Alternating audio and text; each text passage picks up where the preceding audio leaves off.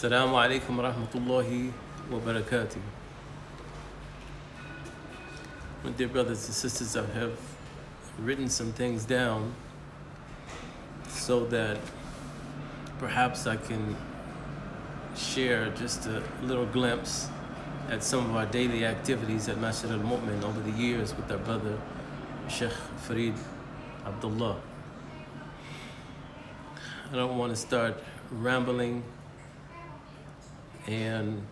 or crying, so I'll try to make it as brief as possible. Shaykh Farid Abdullah Abu Mujahid, as we affectionately call him, I'm almost certain was born in 1958, 4 years before myself.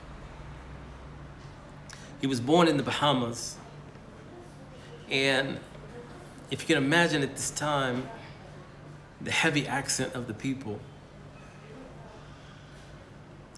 So along his journey, he not only had to get rid of his accent, but he mastered the English language.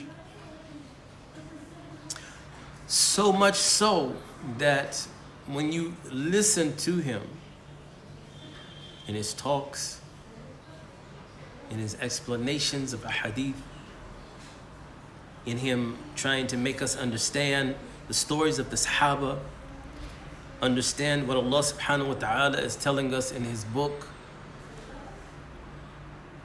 he can articulate in the English language and make us feel as if we're right there. Countless times myself and some of the brothers would sit in the masjid and tears would be coming from our eyes as we sit there, our hearts about to bust with desire and wanting to get closer to Allah subhanahu wa ta'ala and to learn more. This art and this mastery is something that most English language speaking people do not have. And it takes a vast vocabulary on call of both the Arabic language as well as the English language as an art form of being able to make it sound eloquent, to make the person that you're talking to visualize that what you're saying. The Shaykh mastered the Arabic language. He could explain every word in Allah's book, every harf, and every diacritical mark, all the while explaining the scholar's interpretation and meaning and understanding with love and, most of all, comfort and ease for that which he was explaining about his Lord and about his Prophet sallallahu alaihi wasallam. Now I want to take a few minutes and explain that the Shaykh taught for decades in Al Madina School in Los Angeles, California. And he took very delicate care and attention to their belief system. And all the while paying close attention to his duties as the Imam at the masjid, leading the people in the salah. He was extremely sensitive about leading the people in salah and making sure that the salah is established in the community.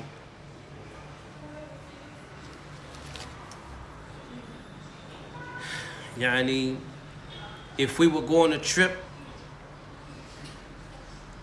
or go to some da'wah affair or something like this, he would personally appoint somebody to be at the salah, not one time, but each time, and make sure that the people are being led in salah.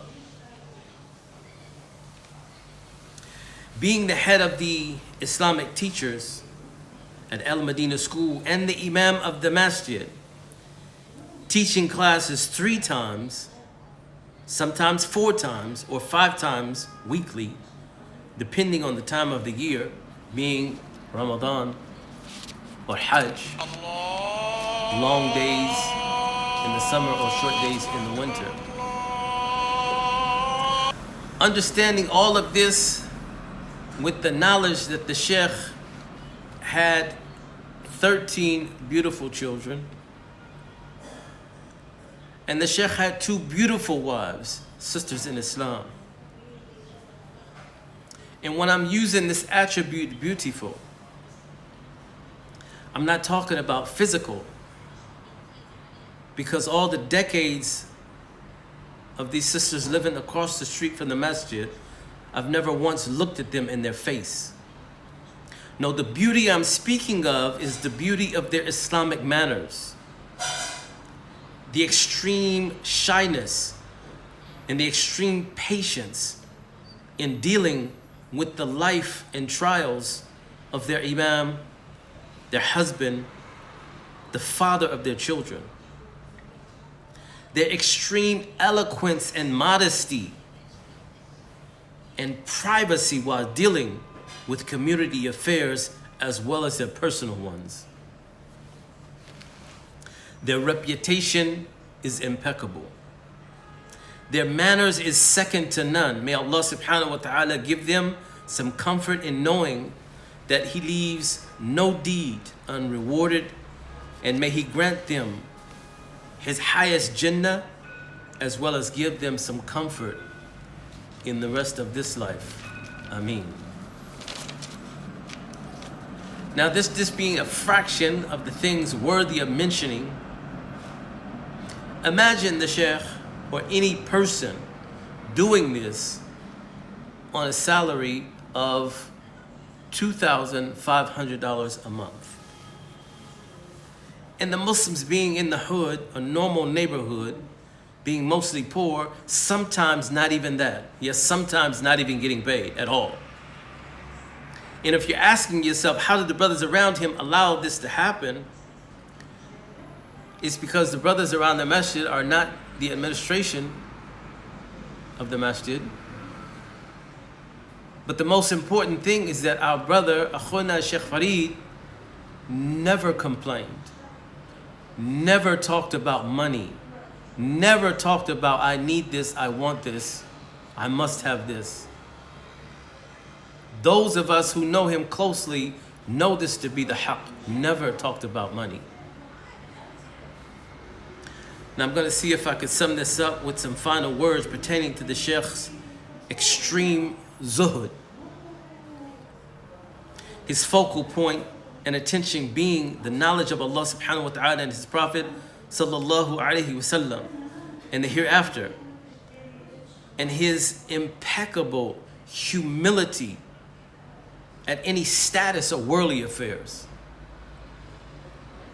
And his brothers around him know he had 3 thobes, or I should say 3 qamis. He didn't wear thobes. The blue one being his favorite, the dark blue. And wallahi, I have to strain my brain to think of him, besides on Yawm al-Eid, having anything on other than that dark blue qamis with the dark blue pants. Yawm al-Eid, he would have on the white qamis. And I'm positive he had one more, I think. But I strained my brain to think of it, and the brothers that were around him a lot can tell you the same. I can remember a time or two him being tardy, and his excuse being that he had to wash his clothes. We knew, without him saying, that he had to wash his clothes, being the 2 outfits that he would wear on a weekly basis every single day. Also understanding that over the decades, the brothers have recorded thousands of the Shaykh's classes and hundreds of his khitab.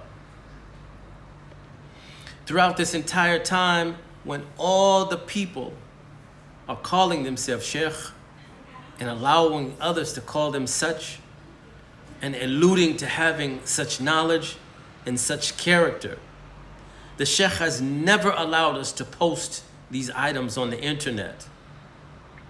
In a time when people are counting likes and subscribers, over the decades, I have personally witnessed people come to the masjid from throughout California and other states and cities throughout the Americas, asking and requesting the Shaykh to come to their facility, their masjid, their school, and to be the headmaster, to be the imam, and they would give him any salary that he desired for this job.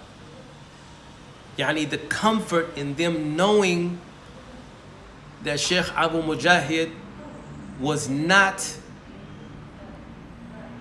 holding that in perchance he could get some gain from it.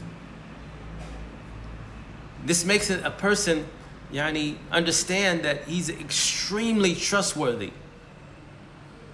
He doesn't want anything from you for his services, for the knowledge that Allah subhanahu wa ta'ala gave to him. I've also watched personally these larger Islamic institutions come to the masjid, and they very often have disputes dealing with administrations, dealing with the imams and administrators coming and going and voting and these types of issues. They would come and sit with the Shaykh and asked him, who wanted nothing in return, to give a ruling as to their situation. And in watching over the years, the Shaykh would almost never answer the question immediately. He would allow them to leave. He would research for some days, and they would return. And he would give them some Islamic ruling according to his research in the Sharia. Now we have some beautiful brothers who have educated themselves by way of sitting with the people of knowledge for some decades now. And it's upon us to follow our Shaykh's example. What does this mean? To date, you will not find the Shaykh refuting any layperson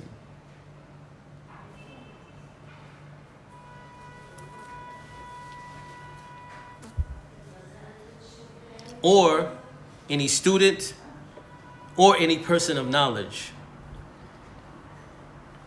He would say, there are people for this.